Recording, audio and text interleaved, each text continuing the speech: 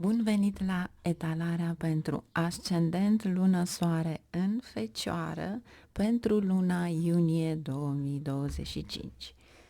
Aici avem 3 pachete. Primul pachet este vorba despre situația voastră financiară, carieră, noroc.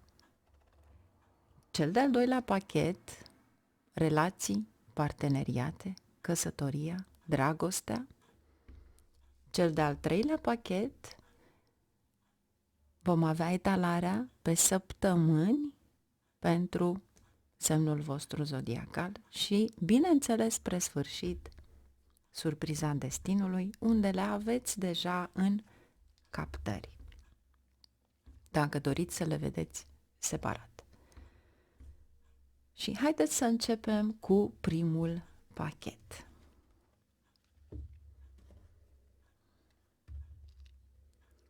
Ce avem aici pentru voi în finanțe?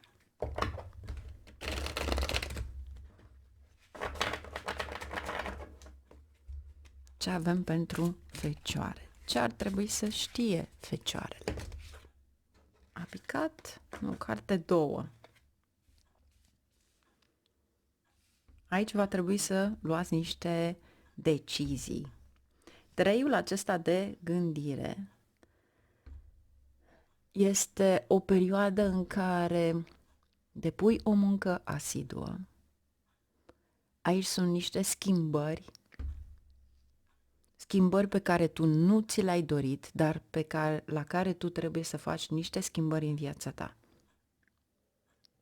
Aici este un fel de a aduce de fapt toate detaliile, tot ceea ce faci, să vezi ce trebuie să revizuiești, ce trebuie să gestionezi. 8 de emoție. Trebuie să ieși din ceva care nu mai merge. Sau aș spune că e o presiune care persistă pentru a gestiona cheltuielile, pentru a gestiona viața pe celorlalți. Genul acesta de energie este.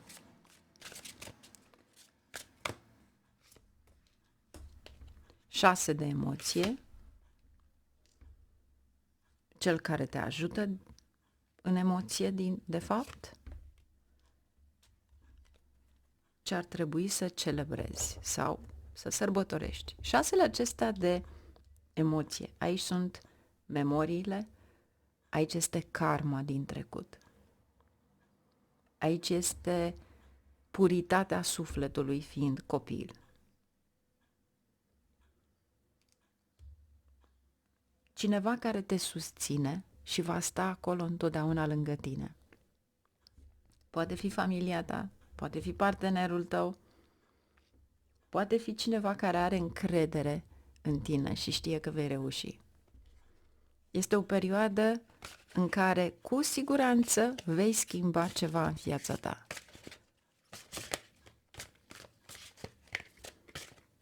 Care este baza? Asul de abundență. 10 de abundență. Este multă muncă.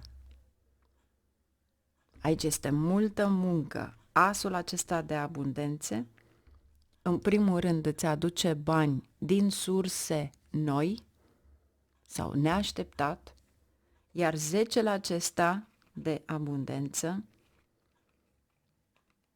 e ceva care chiar nu v-ați așteptat. Vă dedicați muncii respective, dar nu v-ați așteptat la suma respectivă. Dar din nou vi se spune să gestionați cu precauție, pentru că se ivesc alte cheltuieli. Asta vrea să vă spună. Se ivesc și alte cheltuieli. Și în momentul în care acest 3 de, n-aș spune 3-ul de gândire, ci pur și simplu aș spune că apare aici pentru a simți că ceva ți se ia, ceva, nu, parcă ai niște obstacole și nu poți merge înainte, trebuie să schimbi ceva. Dar îți spune din start să fii corect, să nu schimbi ceva impulsiv sau ilogic, să-i zicem, în ceea ce faci, sau poate la locul de muncă, dar cu siguranță schimbarea respectivă îți va aduce ceva extraordinar. Poate pentru unii dintre voi este un contract, poate pentru unii dintre voi este ceva la care v-ați gândit să o faceți și efectiv dați la o parte totul. Dar vedeți voi aici, vă dă din nou mesajul 6 de emoție. Este important să-ți aduci aminte ce talente ai, ce ai făcut tu înainte, ce-ți plăcea să faci, cum le luai și posibil ca acest lucru să te ajute. Și felul în care atrăgeai acea energie. Pentru că asta este aici. Dar aici sunt binecuvântările care ți se dau, de fapt, de la univers pentru ceea ce ai făcut. Ceva extraordinar de frumos. 10 de abundență. Vom merge să vedem și aveți și Helper of Thoughts, deci mesagerul de abundență, vedeți, gândurile voastre vă aduce la acest lucru. Revizuiți, contemplați și veți ști cu adevărat că voi sunteți mesagerii, voi sunteți cei care aveți puterea să o faceți. Poate veți investi în ceva nou, poate veți investi în munca pe care o prestați acum. Niciodată nu se știe, dar ceva se întâmplă. Haideți să vedem acum ce avem aici cu relațiile.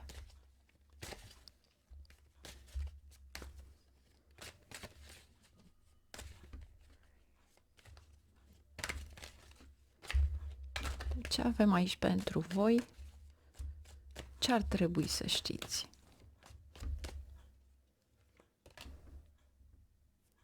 Dați relației voastre o șansă pentru unii dintre voi. Deci, poate sunteți într-o relație cu cineva, nu v-ați căsătorit, dar aveți o relație. Sau, poate că o poveste de dragoste interesantă s-ar putea dezvolta în această perioadă.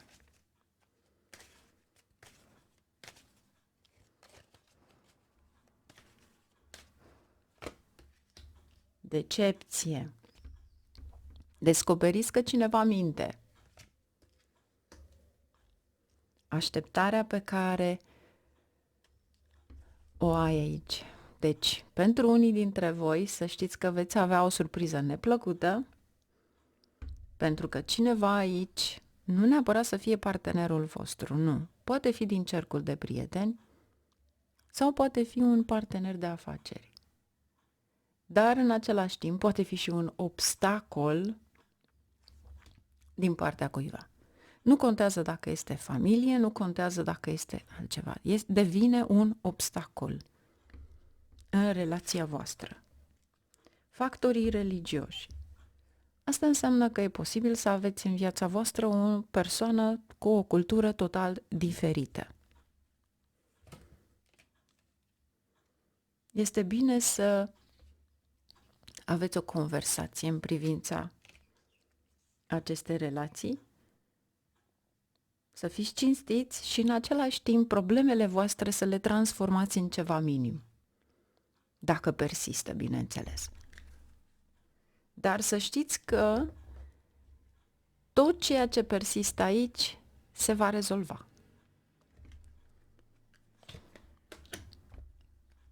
Un motiv principal pot fi animalele sau copiii. Deci animalele de casă sau copiii, dar nu cred eu, este o motivație care nu își are sensul. Haideți să vedem decepția respectivă cu ce se asociază.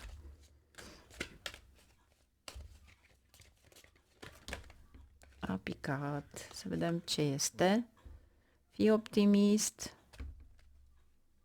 Viața ta în dragoste și fii pozitiv. Nimeni nu-ți ascunde absolut nimic. E posibil în mintea ta să-ți faci niște scenarii. Finanțe și carieră. Trebuie să mergi către finanțe și carieră. Cel care ar trebui să se gândească ai fi tu în momentul în care toată atenția ta este pentru carieră și atunci uiți de partenerul tău. Dar în rest să știi că fie ești în căsătorie, fie ești în dragoste. Din start prima carte a fost să dai o șansă relației. Faptul că te implici foarte mult în ceea ce faci, ai uitat poate de cei din jur.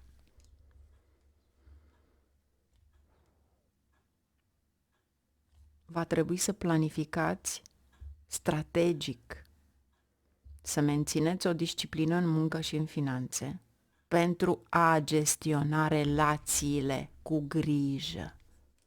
Pentru că dacă este ceva haotic, înseamnă că voi veți face probleme în relația voastră. Și bineînțeles că nu veți spune că relația în sine este o problemă. Nu. Este planificarea pe care voi o faceți pentru a da atenție și persoanei iubite. Dar în rest, ei sunt cei care vă ajută. Iar pentru cei care nu aveți pe nimeni în viața voastră și vine o poveste de dragoste, această poveste de dragoste este foarte interesantă și s-ar putea dezvolta în această perioadă, dar vă face bucuroși, fericiți chiar și optimiști în a ajunge la scopul vostru ce doriți voi să faceți. Iar pentru unii dintre voi poate chiar vă îndrăgostiți de un cățeluș și îl adoptați. Mergem mai departe cu etalarea în sine pentru fiecare săptămână.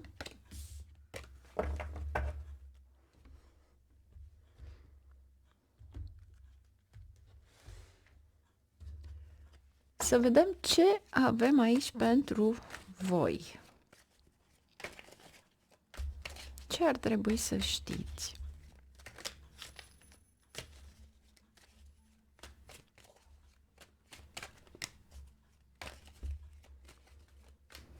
Ascendent, lună, soare în Fecioară.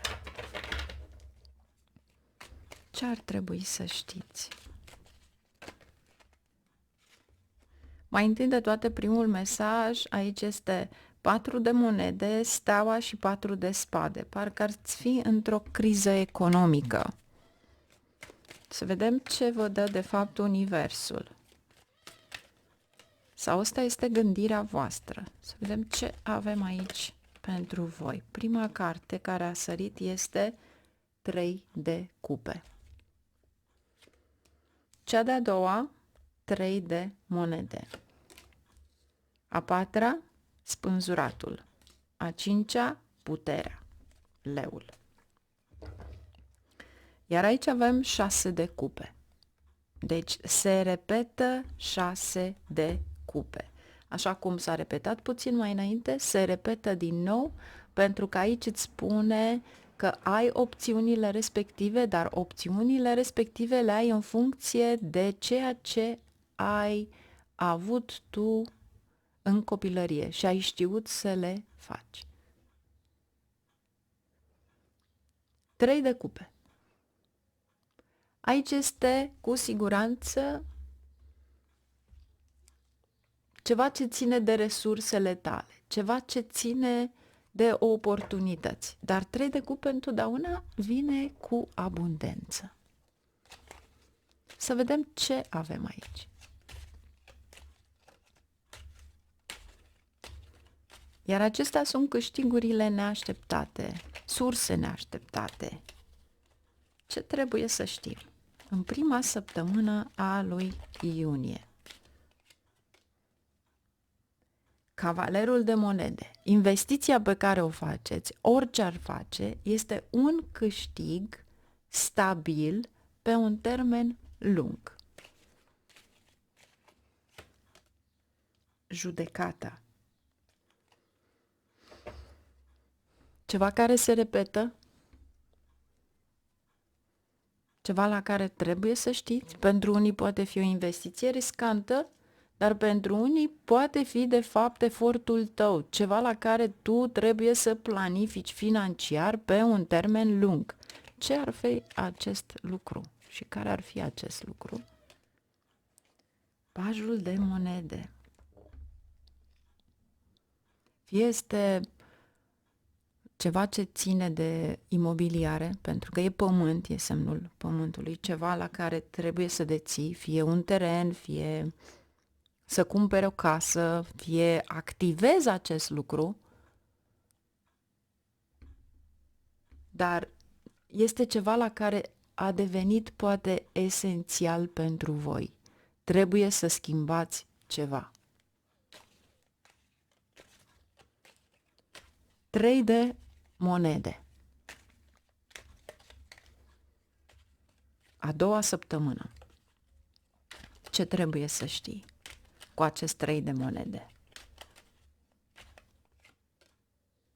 7 de bute, 5 de cupe și asul de cupe.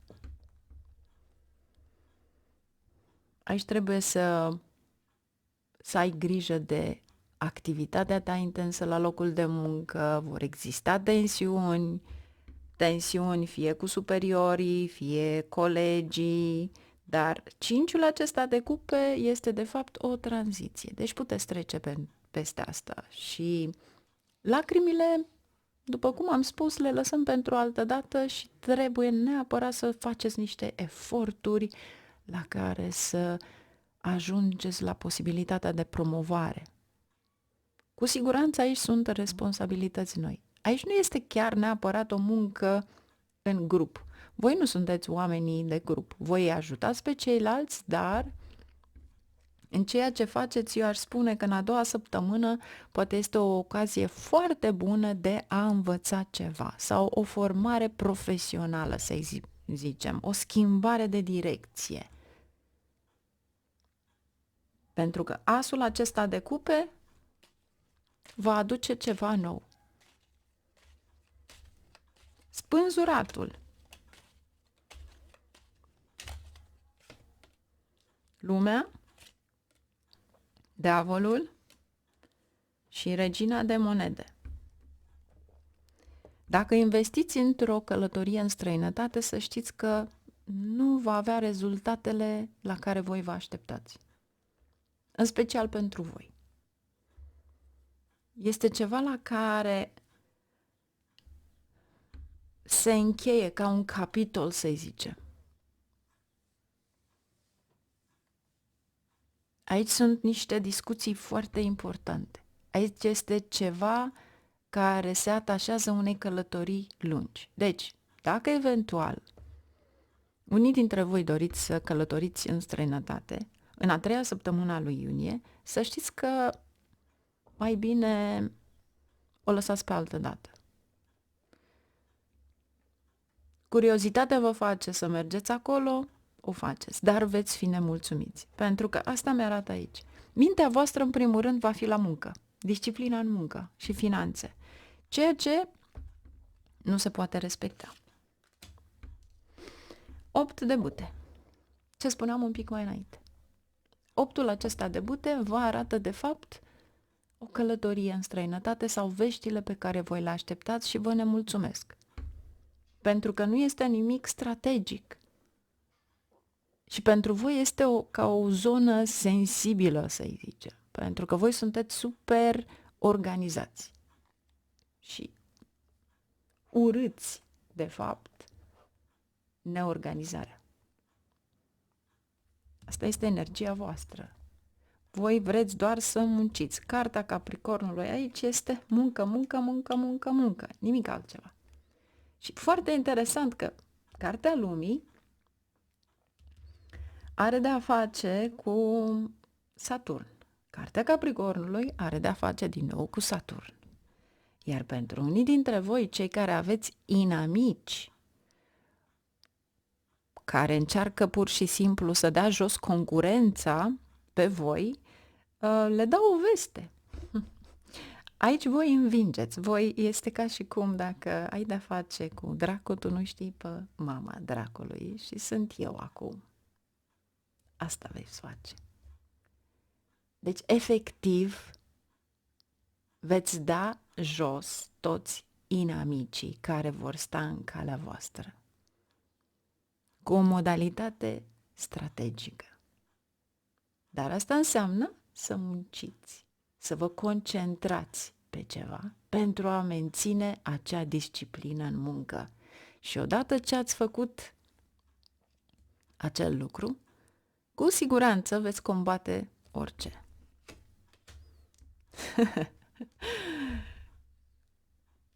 Cartea Leului și Soarele. Deci, spre sfârșitul acestei luni, voi străluciți. Voi deveniți, de fapt, regele acela. Este extraordinar. Fecioarelor, muncă asiduă, strategie, disciplină, va aduce un succes extraordinar. Și, în sfârșit, ieșiți dintr-o perioadă grea, care va aduce un nouă de monede. Iar aici aveți regele de săbii. Regele de săbii, acte la care vă gândiți, 6 de cupe, iarăși spânzuratul, ceva care se repetă, deci trebuie să aveți mare grijă de situația financiară și unii dintre voi am senzația că vreți să schimbați casa. Ia vedeți despre ce este vorba. Poate mergeți către iulie-august să schimbați casa. Sau să cumpărați ceva, să cumpărați un imobil, da.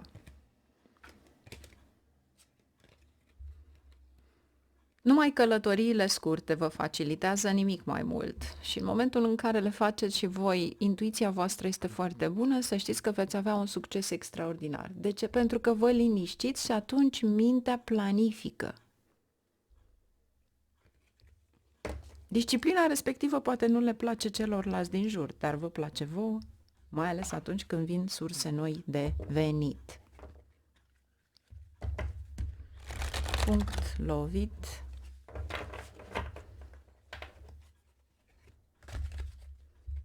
Să vedem care este de fapt surpriza destinului și ce încearcă să vă spună.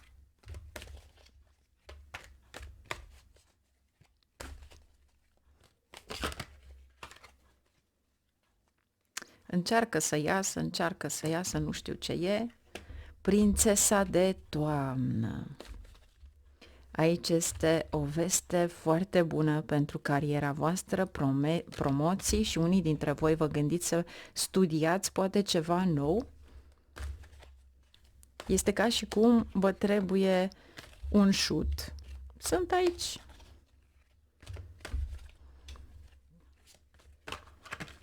Din prietenii mei de multe ori, când le spun că nu au curaj, am zis că pregătesc un papuc ca să-i arunc după ei. Vă bat cu papucul, treziți-vă la realitate. Ai nevoie să te împingă cineva să faci niște schimbări în viața ta, pentru că ai o singură viață. Trebuie să realizați că această viață este un cadou de la Dumnezeu pentru a trăi frumos și bine. Ce trebuie să știți?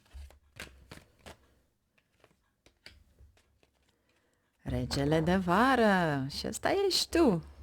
Dar În același timp poate fi un partener romantic în care să ai încredere și care întotdeauna va fi acolo pentru voi. Iar aici aveți și regele de iarnă, care seamănă cu acest rege de săbii. Poate că ai nevoie de un sfat profesional, ceva la care imediat poți să rezolvi. Poate fi un avocat, poate fi un bancar, deci depinde ce îți dorești aici. 3 de primăvară, deciziile pe care trebuie să le ai. Deci am senzația că unii dintre voi doriți să cumpărați ceva. Și da, într-adevăr, e posibil să semnați niște acte și este într-adevăr o transformare. Vedeți, pe regele acesta aici aveți fluturi. Ca să ajungi ca flutur înseamnă că trebuie să te transformi. Deci să faceți mari schimbări. Ceva care te-a ținut până acum pe loc, acum începe din nou. Și strălucirea voastră se vede aici. Asta este strălucirea voastră. Pentru voi este important să aveți în buzunar. Nu este ce este în bancă, este ce este în buzunar. Sper să lăsați un like sau să distribuiți mai departe, să vă abonați, numai bine, la revedere și vă doresc o lună frumoasă și mult succes. Aveți încredere în voi.